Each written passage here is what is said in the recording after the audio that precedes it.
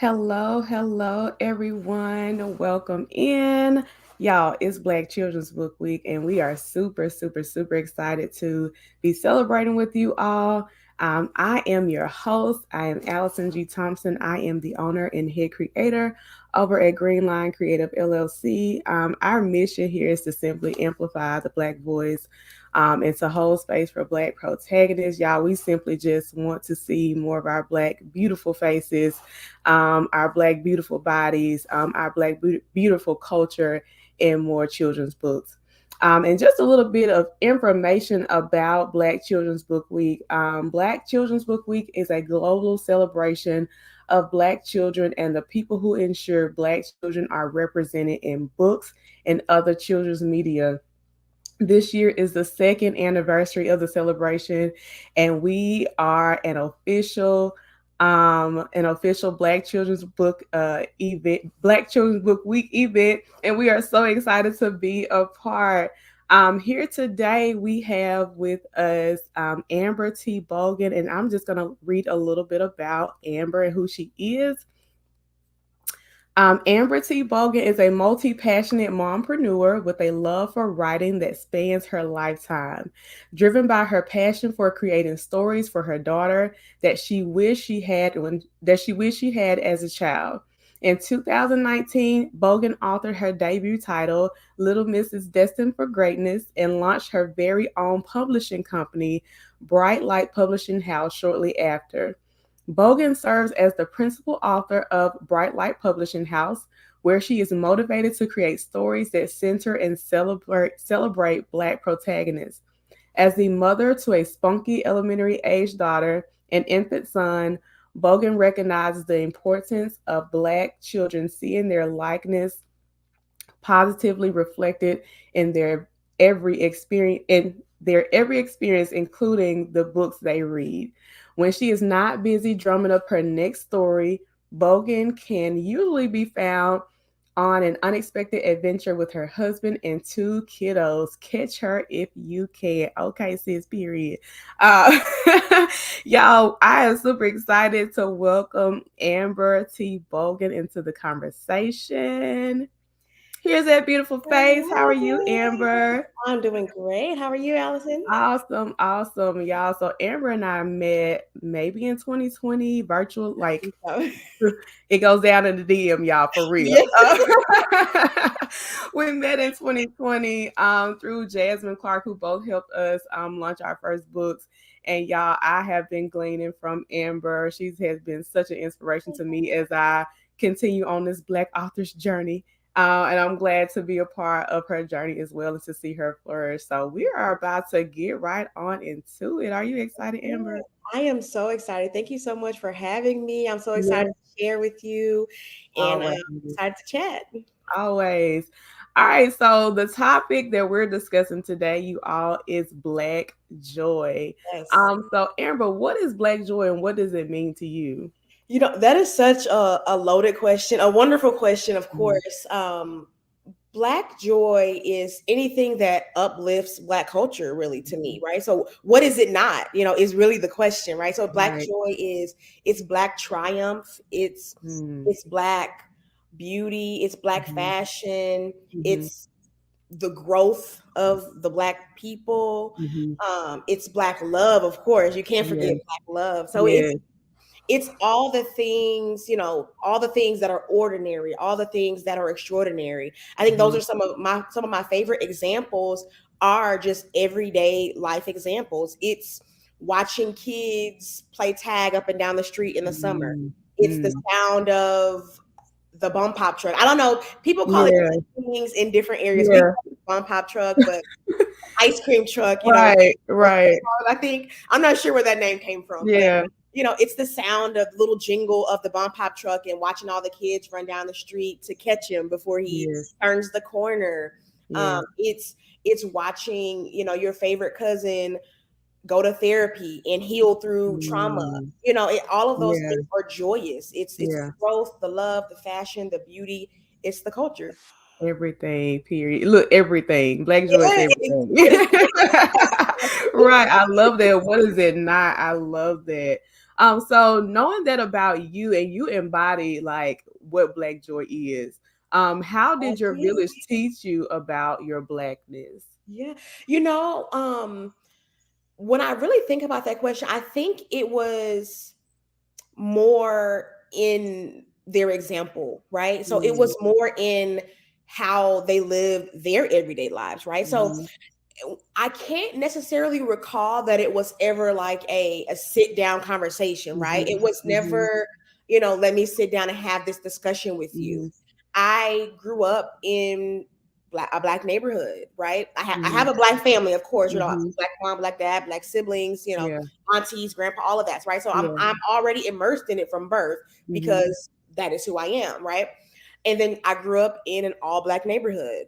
I went mhm. to all black schools, at least through middle school. I did, right. Yeah. So I saw black teachers. Mhm. I saw my fellow peers, as students. Um, my principal was black, right? So I Wow. was Yeah. reprimanded and uplifted by blackness, both from Wow. a family perspective and in elementary and middle school. And Yeah. so I feel like, again, it was honestly through the everyday, ordinary moments, right? It Mhm. was the Black History Month program and learning, um, Hey Black Child poem Mhm. and things like that. It's Yeah. the everyday life, the everyday moments, and you know, I think that it's important really to showcase, our black joy and Right. embrace our blackness in our everyday moments, Right. especially now into today, my children, a little black boy, a little black girl, are Mhm. being raised a little bit different because they Yeah. are, which is is a wonderful thing as well. They Yeah. are immersed in a lot of diverse cultures through their Right. school, right? Right.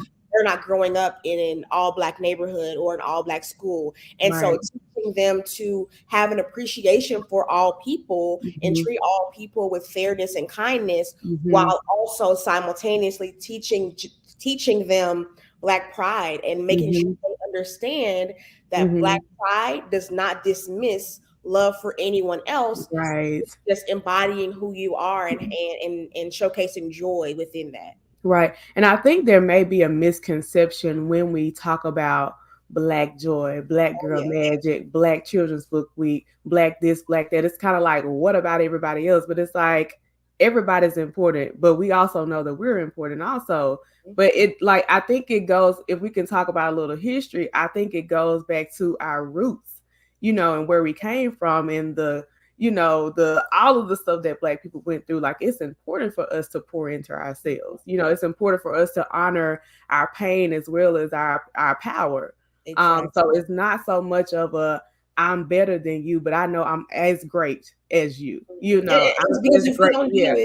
if we don't Yeah. do it, who will, right? So if it's Absolutely. important, if we know how important it is to us, then I feel like everything that you just named, Mhm. Black Children's Book Week Mhm. and Black Girl Magic and Black Mhm. Joy and Black Pride, those are all ways for us to emphasize something and Mhm. to fill a gap for ourselves that we don't Mhm. feel like is being met.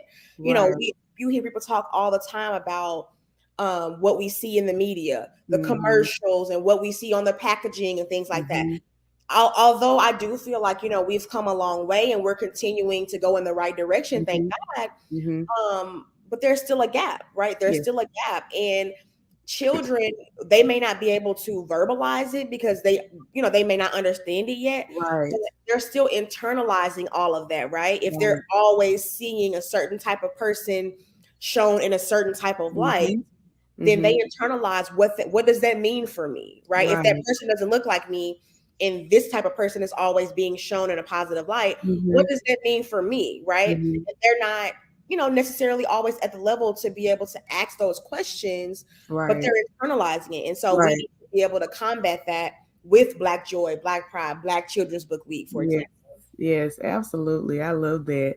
All right, so this week we are celebrating Black Children's Book Week, and I'm so excited.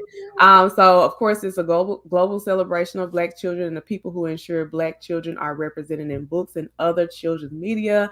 So with me, I have one of your books, Oh, Little Mrs. Destined for Greatness, and I also have My beats, right? My beats, you know what? We read My Beats and Me all the time. Aria is too, so we're getting into. She's finally letting me braid her hair. She's sitting still letting me, and I'm Yes. like, girl, I can't wait to put a bead on that hair, girl, because I know now you'll stick it up your nose. So we're gonna wait a Right. little Please while, don't. right? I said, so we're gonna wait, but I can't wait until I put those beads on her hair. Like Yeah. that embodies so much of me as a child, like getting my Yes. hair braided, swinging on the click, Yeah. clacking on the boogie, right? Like hearing those beats, like just fills you with so much pride. Oh, I've also seen hints of a new release on the socials of the media. Yes. So tell us a little bit more about your books. Absolutely. So you're right. So I do have two books currently published, as Mhm. well as an accompanied book, coloring book and activity book that Yeah, accompanies My Beats and Me. yeah, But you are right. I have been dropping some hints of yeah. some new projects that I'm working on. I'm actually working on three new books. Now, I'm not sure who told me to work on three books at one Wow. At the time, same time. but we're here, so we're gonna, Yes. stick beside it. So Yeah, right. I've been recording, I'm already in the thick of it, right? Yes. So my next book that's coming out, which I'm always excited about every book. This Mhm, book is mhm. special because it's a first for me, which is it'll be my first book that features a male main character. Oh, And so I get that awesome. question all the time Yeah. because my first two books feature um female or girl Mhm, main characters. And mhm. so I always had an intention of having both male and female, girl and boy Right, characters throughout my portfolio as it grows. right. It just so happens that the first two were girl main characters, and Mhm. so whenever I'm at vending events, especially, the boy moms are always like, "What is going on? Where are the boy books? We Yeah. want to support and Yeah. stuff." And so, while I do, I really truly am a firm believer that all books are for everyone. So, you Mhm, know, little boys have little sisters and cousins and friends mhm. and things that are girls, and so it's okay for them to read books that don't necessarily Yeah, speak directly to them, in terms of right, their gender and things like that. right. However, I do understand that there are books that are more so geared towards boys and geared towards Yeah, girls. And so, yeah. the next book that's coming out will be dropped late summer. Okay. It will be my first boy character book, so stay tuned for the Awesome. Mark our details on calendar. Y'all mark our calendars too. yes, yes, I have that. And Yeah. then one potential, a second drop this year in late fall, potentially. Okay. So we'll have two Okay. books this year, and then I have one slated for spring 24. So we're Okay. we're we're we're moving We and growing. rolling. Yes, that is so exciting. So tell us like what and I know this I don't this may not be, but this is all Black Joy. How did you like what led you to become an author and write children's books? Yeah, great question. So, Mhm, I always tell people honestly, I've always had a creative spirit, if you will, mhm, right? So it's funny because I kind of battle. My brain is like half, analytical, mhm, logic, and things like mhm, that. And then the other half is very creative. And so I feel like I've mhm. kind of battled that my Yes. whole life, right? And so I call this journey my authorpreneurship journey Okay. because Okay. anybody, like you, anybody who is in this space knows that as an independent author, you are not only just the author, but you are, the creative director, you are the, negotiator, you are Mhm, the accountant, you mhm, are the social media manager, right? So mhm. it's really a business. It's a book business. So Yes. you are an author and an entrepreneur, right? Yes. So kind of stepping back to my original inspiration, it Mhm. all started with my daughter. So when she is 7 now, going on 16, but that's a conversation for another day. Yes. It's a conversation for another day. So when Yes. she was actually before she was born, when I was expecting with her, Mhm. I've always loved to read, so I knew that I wanted to build her this wonderful bookshelf full of Yeah. inclusive books that made her feel loved and Yes. seen and empowered.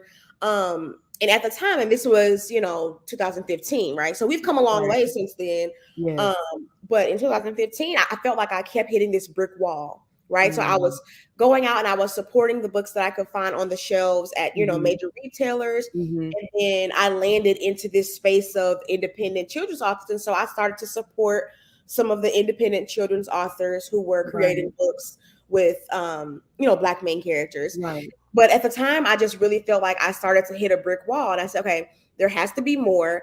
Number one, and number two, it should not be this difficult to come Mm. across the books that I'm looking for. And Yeah. so my creative brain started to kick in. Yeah. And I always have to give a shout out to my husband because I actually had written this little poem Mm-hmm. for her. And so by this, fast forward, by this time Yeah. she's like a year and a half, 2 years Okay. old, right? Okay. And so I had written this poem for her and I would say it to her. And she, at that point, was, talking a little bit. And so she Mm-hmm. would start to Mm-hmm. memorize some of the parts of the Mm-hmm. poem. That poem was actually Little Miss is Destined for Wow. Greatness. So it was, Wow. my name is Emery and I'm destined for greatness. One day I'll Oh, travel to faraway places, right? oh And so wow. my husband gave me the idea that, Yeah. Emery loves this poem. Our family, every time they hear you say it, Mm-hmm. just the looks on their faces and seeing how Mm-hmm. it fills them with joy, Mm-hmm. there has to be a space for this book, in terms of sharing it, or this poem, Right. sharing it with, the outside world. And so Right. I went to Google, right? Yeah. Went to Google and started, researching, Yeah. and how to turn something into a book. And I just kept doing my research, Mm-hmm. and here we are. Honestly, I've Mm-hmm. learned and grown so much, and I'm excited and truly honored that I can share a piece of me, not only with Yeah. my children and my family, but with the rest of the world With the as well. world. That's awesome. Awesome. We can't leave by talking about my beats and me. And Yeah. I was actually like I knew the significance of braids and beads, but I was like, let me go to Google and just so I could actually know. But during the slave trade, black women Yes. would hide beans and rice in their braids so that Hmm. whenever they landed, they would have something to plant so they wouldn't Hmm. starve. I Yes. was like, I was Take literally like speechless. Like we're so innovative, you Yes, so know. we take care of our people, and I We mean, not only will we do. do that for each other, as women and men, as well, Mhm. but also for our children, right? Yes. I feel like, it was our way of taking care of our little ones the best we Mhm. could, knowing that unfortunately our power as mothers and fathers was being Right. stripped of us when our Right. children were being taken away at that time, right? And Right. so us being able to give them that final piece of Mhm. something that says, I love you, right? And this Right. is what I'm going to do this for you, to give you this final push of, being able to survive and take care of Right. yourself when you get to your unfortunate destination. So Right. yes, Right. I'm aware of that, and I think that the beauty of Brave has followed us, Mhm. from that time. I think it's gone from like this is a mode of survival to like Yes. I'm honoring what my ancestors had to go Mhm. through in order for me to be, where I am. So it's for me, it's an honor to wear braids. Like I can't. Yes. The summertime is my time to get the hair braided up, and I'm just like it's an honor to be a black woman in braids. Like I just Yes. I feel all the feelings when I feel the feelings even braiding my daughter's hair. And I'm like, girl, you don't know how much power you have. Like No, absolutely. And I yes. it's kind of a coming of age, Mhm. tradition, if you will, right, in Mhm. the Black community. Like at some point, of course, you're never speaking in terms of 100% of people, right? Mhm. But Mhm. at some point, 9 times out of 10, right, if Mhm. you are a Black woman, you have had braids at some Mhm. point, and especially growing up, braids and beads is a significant thing, Right. right? Especially Right. that first time. A Yes. lot of us remember getting our hair braided, whether Mhm. it was, your next door neighbor was braiding your hair, Mhm. whether it was your mom, auntie, Mhm. older sister, right? It was something Right. that's very much normal, Right. right? And I knew that not only did I want to honor that for, my family, because my daughter, even though she's, like I said, she's 7 going on 16, so she Mhm. is sort of phasing out of the beef just a Right. little bit. I'm trying to Right. hold on, right? Right. Just a little bit. Yeah. But I mean, I remember vividly her face the first time she got Mhm. her braids and beads, and she was like, "Oh, what is this new?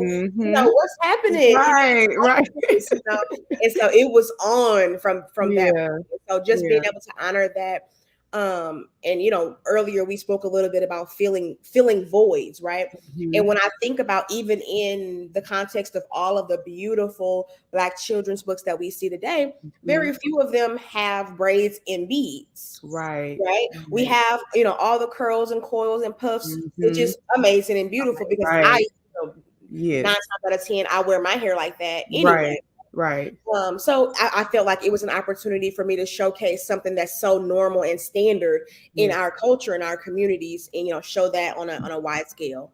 Right. Let me ask you this: what's your first memory, or one of your first memories of having braids and beads? For me, it was my mom, Okay. because she would always braid my hair. And Mhm. when I was a kid, we used to wear the little they were like little wooden beads, and they had like little Yeah. rhinestones on Yeah. them. Yes. Yeah, Yes. those are my favorite. And Yes. so those were the first beads that I ever had. And so this was, the early 90s when I was a Yes. kid, and I had my braids and beads. And so I remember Yes. those beads specifically because they make a distinct sound. Yes. So the normal, like, my daughter has never worn those types. She normally wears Mhm. like the colorful plastic Mhm. beads, which are Mhm. her favorites. But the wooden beads make a different sound, They right? And do. so I vividly remember those specific beads being the first beads that I ever got Mhm. to wear in my hair. And it was, of course, the infamous two Yes. ponytails, on each Yes. side with the beads Yes. hanging. So, yeah, Absolutely. gotta love With the beads. with the knockers that hold it Oh, together. yes. Yes. Yes, and I love that because people call it different things. So when Mhm. I was working with my amazing illustrator, Carla, Mhm. we were talking about, the specifics of Yes. what we wanted to see. And Yes. so I think she calls them knockers too, but we call Okay. these bobos. The Bubba. little, Oh, yeah, yeah. the little two balls at the Balls, top. yeah. Yeah, we call them bobos. Huh. Again, I Every didn't make that up. I don't know right. where it came from, but I'm in the Yes. Midwest, and so maybe it's a Midwest thing. I don't know. Right. So what do you call, like, sodas, like a Sprite? What do you call those? We call them sodas. Oh, okay, because I some say of so. we say pop I, in the South, right? yeah. And I Right. went to school in the South for college, and so I'm Yeah. kind of like a hodgepodge of everything. Like, every place Yes. I've visited, I feel like I kind of pick up a little piece of culture from everywhere, Yes. and so I'm a little, like, a Where hodgepodge where of did you everything. go to college? The Jackson State We University. gotta give it honor. I know. We gotta give it honor. Awesome. So we can stay on the topic of hair all day. Oh, yes. So let me ask you this. So why should we have more conversations about our with our Black children and what it means to embody Black joy? Yes. And I'm going to revert back to an earlier statement, and I'm going to say, why not? Why not? Right? I love Why it. why should we not? Right? What Yeah. does it hurt? Right? Yeah. What does it hurt? And thinking again, and I know there are plenty of Black families who do still live in Mhm. predominantly Black neighborhoods and Mhm. communities, which is, a beautiful thing in itself. Right. Um, but a lot of, I feel like, times are just a little bit different now, Mhm. compared to maybe when you grew up, when I grew up. Yeah. And again, because I can only speak from my experience, right? And Right. what Right. I know to be true. And so the experience of growing up in and seeing Black figures of authority, Mhm. is much different than, and I'm just being candid and I'm just being Yeah. honest from Yeah. personal experience, right? um Sometimes, I won't even say oftentimes, but Yeah. sometimes in more diverse communities and more Mhm. diverse schools, Mhm.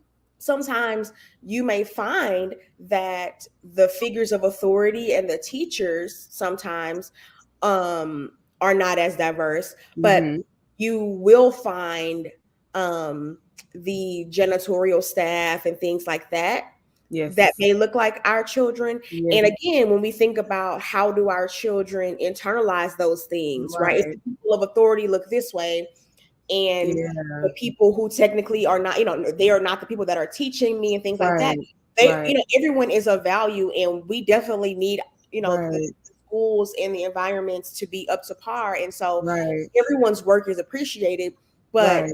if we're just being candid and we're being honest, Right. just how Right. do our students and how do our children internalize those things? And Mhm. so having conversations with them about Mhm. um who they are, Mhm. and why they should never be ashamed to be who they are, to talk the way Right. that they talk, Right. to wear their hair the way that they wear their hair, to have, Right.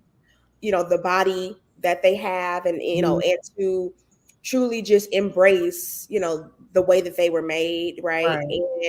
And I think that those conversations are ongoing. They should be ongoing. Mhm.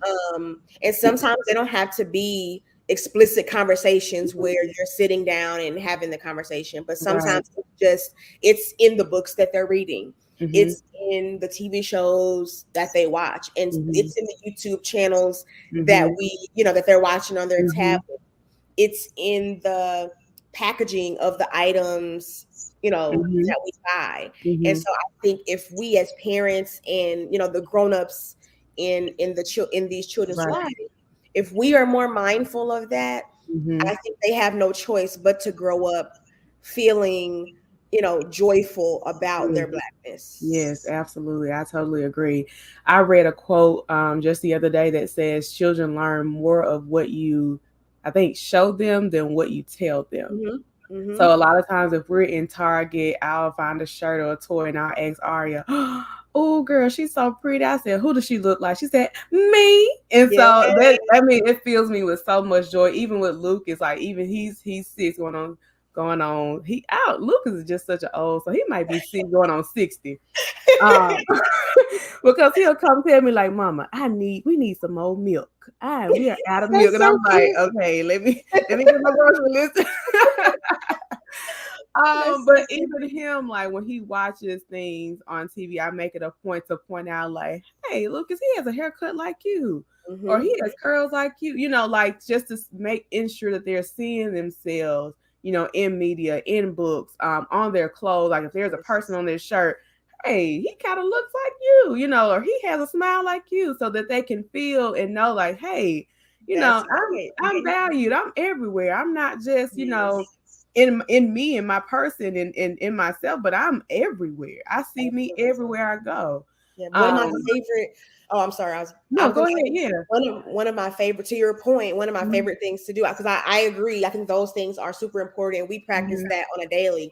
Yes. One of my favorite things to do with my daughter is, so Mhm, we support as many Black businesses as mhm, possible, especially in our local area where we mhm. can be in person, and Right. like, restaurants and things like that. And so, um, whenever we have our daughter with us, Mhm, I try to, when possible and when it's mhm. appropriate, of course, Yeah, yeah, I try to, if I explain to her in advance, or I can pull it up on Instagram or an yeah, article or something, and I show yeah, her, we're going to this place today. Here's the owner. yeah. Oh, that's so He good. started this business, or he started Yeah. this business, and give her a little bit of, Yes. snippet, a little info about it. Mhm. And when we actually arrive, I'll try, if I can see or spot the owner there, Right, I may right. walk up to them and say, "Hey, I know this may be a little unconventional, but I Mhm, shared with my daughter that you are the owner of this mhm. business, and I'd love for you to come, speak to her real quick." And Yeah. it can be like 30 seconds, but I Right. want her to see, hey, this is the boss, this is Oh, the yeah. owner, this Yeah. is, this is generational wealth, this is legacy Mhm, building, right? And mhm. so I like for her to, we not only support, Black owned Right. businesses, um, but her being able to see the tangible person in front of Yeah. her, I Yeah. think that, it'll be an invaluable thing that she can take with her for the rest of her. Absolutely. Absolutely. I love that. That's a great idea also. See, look, girl, go. Yes, look, that is a great because we frequent a lot of black owned business here in the Mid South. We're in like the Memphis area, and so when we do go out. I never thought about that, but that's really good. I'm gonna make a point to either just point him out, especially to Mhm, Lucas now that he's older. Like, mhm. hey, he's the person that owns this place. He's the Yep, person that makes this good food, or she's the person that fried that chicken. Like exactly. to make it a point that they see themselves everywhere because we are everywhere. We're Everywhere. everywhere. Yeah, absolutely. Okay, last but not least, and we could talk for days, girl. We Yes, we can look. can. Also, how can we keep up with you in the work and all those books that you have coming up Yes. very, very soon? So how can Yes. we keep up with you? we definitely have lots in the works. So I would love for Mhm. you guys to give us a follow on Instagram or on Facebook Mhm. at Bright Light Publishing House. You can also visit us at our online home, www.brightlightpublishinghouse.com. See you soon. Awesome. Well, and we're going to put all this information in the chat, you all. Thank you, Amber. I'm forever in debt. Yes, thank you Forever, for having forever, me. forever. Thank you for your time. Thank you for this conversation. And I can't wait to continue to celebrate Black Children's Book Week with you all. Yes. So we'll see you on the next All live. right. See you soon. All right, Bye. bye.